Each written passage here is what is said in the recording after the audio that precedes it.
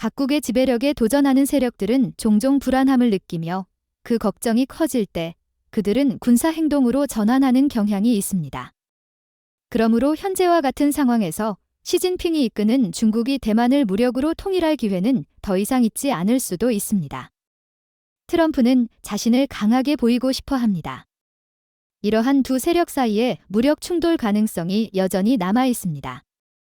이에 대해 더 생각할수록 정보의 중요성이 커진다는 것을 우리는 더 많이 느끼게 됩니다.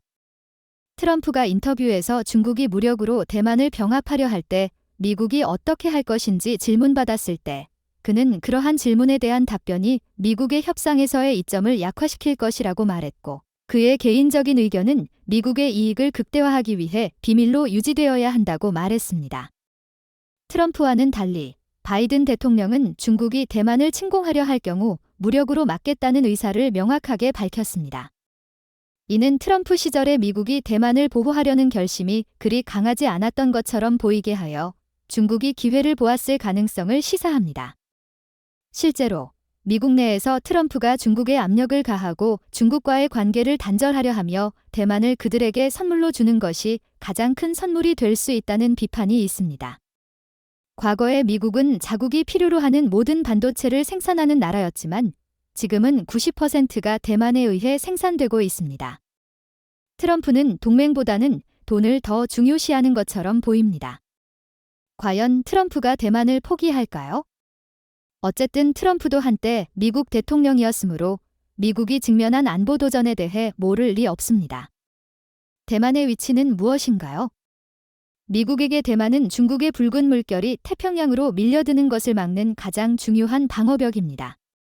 대만이 함락된다면 그 후에는 일본도 위협을 받게 되며 그 물결을 미국 본토까지 막는 것은 불가능해집니다.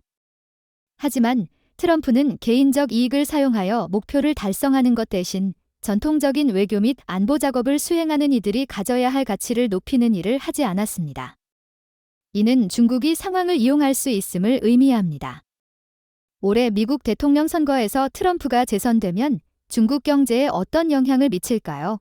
특히 최대 60%까지 높은 관세를 부과하는 것은?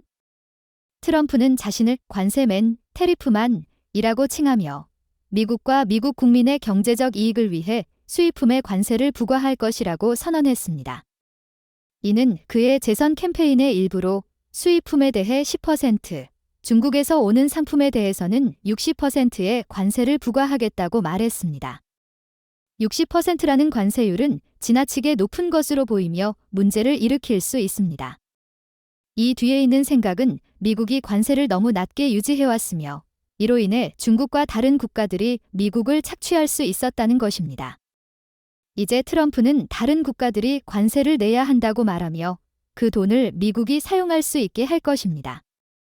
트럼프는 전자제품, 철강, 제약, 그리고 다른 모든 필수 상품을 포함하여 중국으로부터의 수입품을 완전히 없애는 4년 계획을 실시할 것이라고 선언했습니다.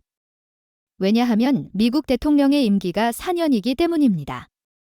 전 세계는 트럼프가 다음에 무엇을 할지 모르며 이는 모두에게 골치 아픈 문제입니다.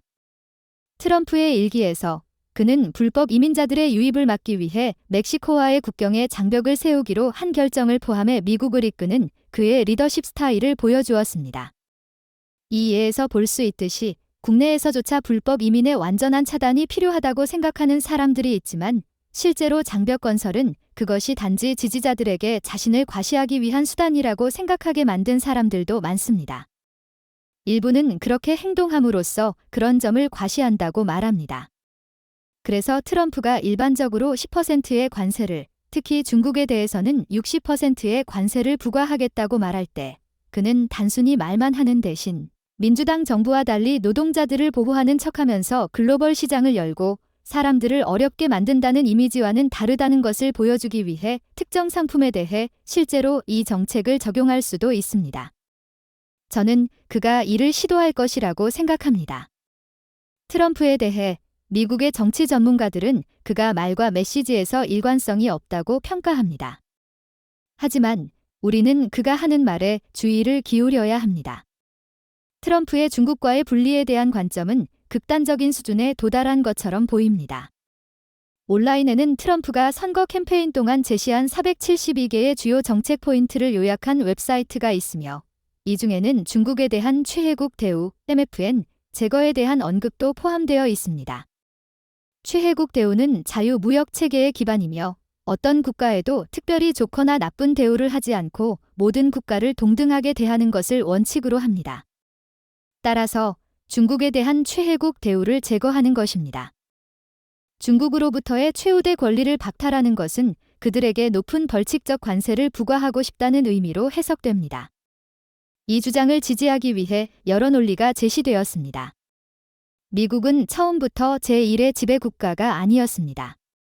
19세기에는 영국이 주요 강대국이었습니다. 그러나 대전을 거치며 미국은 선두로 나서게 되었고 1816년부터 1947년 사이 미국이 발전하고 있을 때 그들은 국내 산업을 보호하고 발전시키기 위해 평균 37%의 관세를 수입품에 적용했습니다. 그 당시 미국 정부는 수입 관세에서 80%의 수입을 창출했으며 국내 경제에 세금 부담을 지우지 않았습니다. 그러나 시장을 개방하고 자유무역 정책을 시행하기 시작하면서 미국의 관세율은 크게 감소했고 이 나라는 수입품에 의존하게 되었으며 미국 기업들은 해외로 이동했습니다. 이로 인해 미국인들의 어려움이 증가했습니다. 지금 중국이 미국에 부과하는 관세는 미국이 중국에 부과하는 관세보다 341% 더 높다고 하며 중국이 미국을 이용하고 착취한다고 말합니다. 그래서 그들은 최우대 권리를 없애고 중국의 벌칙적 관세를 부과하고자 합니다. 워싱턴 포스트는 전문가들에게 계산을 요청했고 최우대 권리를 박탈하면 중국에 대한 관세가 40%까지 올라갈 수 있다는 결론을 내렸습니다. 미국은 현재 중국으로부터 많은 상품을 수입하고 있으며 결국에는 미국 소비자가 그 결과를 겪게 될 것입니다.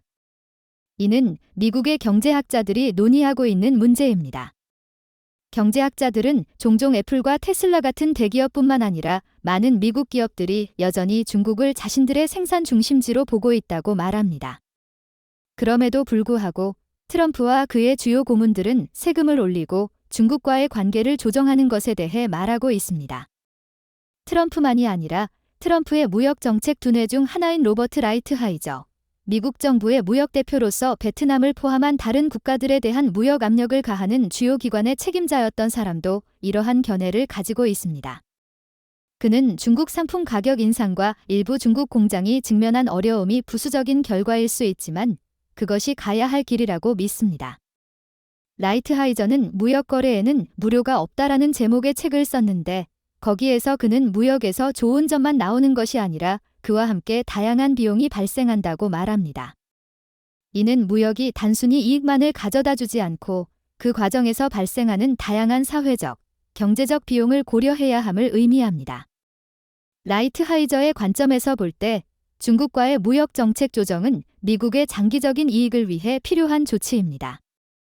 이러한 조치는 단기적으로는 어려움을 겪을 수 있지만 장기적으로는 미국 경제에 더 큰 이익을 가져올 것이라는 믿음에 기반하고 있습니다.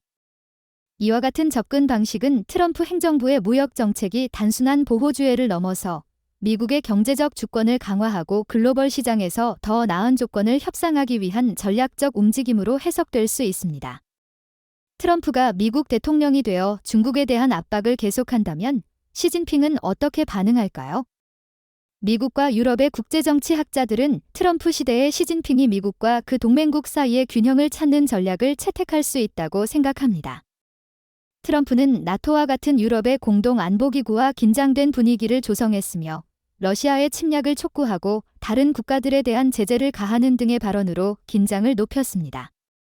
게다가 미국이 약한 국가들뿐만 아니라 유럽 국가들에게도 관세를 부과하면서 미국과 유럽 국가들 사이의 관계는 더욱 긴장됩니다.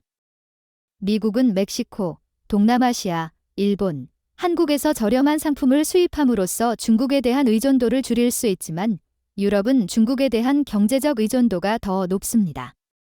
이는 중국이 유럽에 대한 영향력을 강화할 기회를 제공합니다.